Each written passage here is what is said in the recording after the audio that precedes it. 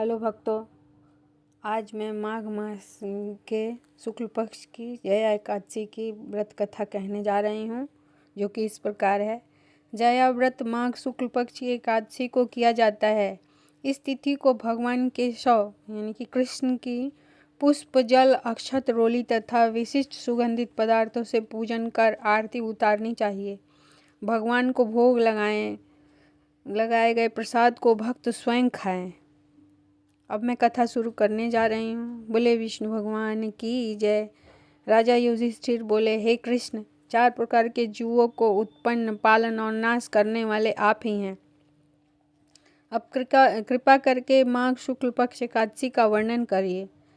इसका क्या नाम है और क्या विधि है? श्री कृष्ण जी बोले, हे राजेंद्र, माघ शुक्ल पक्ष में जया नाम की एकादशी प्रसिद्ध है। वह सब पापों को दूर करने वाली है। उसे मैं कहूँगा। यह पवित्र एकादशी सब पापों और पिशाच योनियों को नष्ट करने वाली है। इसका व्रत करने से मनुष्य को प्रेत योनि नहीं मिलती। हे राजा शार्दूल, इनकी सुंदर कथा को पद्म पुराण में कही है, उसे सुनिए। एक समय इंद्र स्वर्गलोक में राज्य कर रहे थे। देवता उन मनोहर स्थान से सुख से निवास करते और अमृत पान करते थे। अप्सराएं उनका सेवन करती थीं। वहाँ कल्प वृक्षों से सुशोभित नंदन वन था। यह एक समय वहाँ इंद्र ने बहुत प्रसन्नता से 50 करोड़ नायिकाओं से नृत्य करवाया। वहाँ पुष्पदंत नामक गंधर्व गान कर रहा था। चित्रसेन नाम का गंधर्व, उसकी पुत्री मालिनी और चित्रसेन की स्त्री वहां आई। मालिनी का पुत्र पुष्पवान और पुष्पवान का पुत्र माल्यवान था। पुष्पवती नाम की गंधर्वी माल्यवान गंधर्व पर मोहित हो गई। कामदेव के पैने बाणों से उसका शरीर घायल हो गया। उसने अपने सुंदर स्वरूप, भाव और कटाक्ष से माल्यवान को वश में कर लिया। इंद्र को प्रसन्न करने के लिए नृत्य में वे दोनों आए और अप्सराओं के साथ गान करने लगे। मोहित होने से उनका चित्त डांवाडोल हो गया। इससे शुद्ध गायन नहीं कर सके। परस्पर दोनों की दृष्टि बंध गई और दोनों कामदेव के वशीभूत हो गए। ताल व राग की गति बिगड़ने से इंद्र उन दोनों के मन की बात जान गए। तब इंद्र ने अपना अपमान समझकर कुपित होकर उन दोनों को श्राप दे दिया। मेरी आज्ञा भंग करने वाले मूर्ख पापियों, तुमको धिक्कार है। तुम दोनों पिशाच रूप हो जाओगे। मनुष्य लोक में जाकर अपने कर्म का फल भोगो। इस प्रकार इंद्र के श्राप को पाकर वे दोनों बड़े दुखी हुए। इंद्र के श्राप से पीड़ित होकर वे दोनों हिमालय पर्वत पर पिशाच होकर बड़े दुखी हुए। पिशाच योनि से उन दोनों को कष्ट हुआ। शाप के कारण उनको गंध, रस और स्पर्श का ज्ञान ही नहीं होता था। शरीर में जलन होती थी, नींद नहीं आती थी। उस विशाल पर्वत पर भ्रमण करते हुए शीत से पीड़ित वे दोनों परस्पर वार्तालाप करने लगे।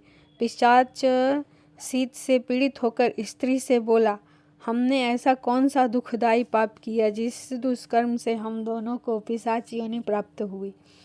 मैं पिशाच योनि को कठोर और निंदित नरक समझता हूँ, इसलिए किसी प्रकार का पाप नहीं करना चाहिए। इस प्रकार वे दुख से घबराकर चिंता करने लगे।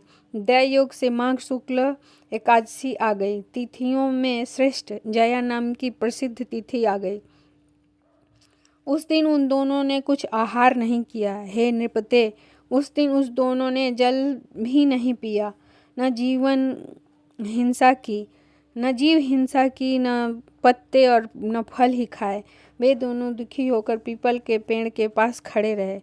उसी तरह पड़े हुए उसको सूर्य अस्त हो गया। रात जाड़े से कांपने लगे और जड़ सरीखे हो गए। शरीर और भुजाओं में परस्पर आलिंगन किए हुए पड़े रहे। न नींद आई, न सुख मिला, न मैथुन की इच्छा हुई। हे राजा शार्दूल, इस प्रकार इंद्र के श्राप से पीड़ित उस दोनों दुखियों की रात्रि बड़े कष्ट से व्यतीत हुई। परंतु एकादशी के व्रत और रात्रि में जागरण करने से उन दोनों को व्रत के प्रभाव से जो फल मिला उसे सुनो। हे नृपते, जया एकादशी का व्रत करने से और विष्णु के प्रभाव से द्वादशी के दिन दोनों पिशाच योनि से छूट गए। पुष्पवती और माल्यवान पहले की तरह रूपवान और स्नेहयुक्त और आभूषणों से सुशोभित हो गए। वे दोनों विमान में बैठ गए। इंद्र के सम्मुख जाकर प्रसन्नता से प्रणाम किया। उनको पहले की तरह देखकर इंद्र को आश्चर्य हुआ। इंद्र बोले कि किस पुण्य के प्रभाव से पिशाच योनि दूर हुई? किस देवता ने तुमको मेरे श्राप से छुटाया? माल्यवान बोला, वासुदेव की कृपा से और जया एकादशी के व्रत से हमारा शाप मोचन हुआ है। फिर इंद्र बोला, एकादशी का व्रत और विष्णु की भक्ति करने से तुम पवित्र हो गए। जो मनुष्य शिव तथा विष्णु की भक्ति में लीन है वे निसंदेह हमारे भी पूज्य और वंदनीय हैं। अब पुष्पवती के साथ स्वर्ग में सुख से विहार करो। हे राजन, इसलिए जया एकादशी का व्रत अवश्य करना चाहिए। जो कोई श्रद्धा और भक्ति से जया एकादशी का व्रत करता है वह करोड़ों कल्प तक वैकुंठ में आनंद करता है। इसके पाठ करने और सुनने से अग्निष्टोम यज्ञ का फल मिलता है। और यहीं पे कथा समाप्त होता है भक्तों। बोले विष्णु भगवान की जय, राधा वल्लभ सरकार की जय।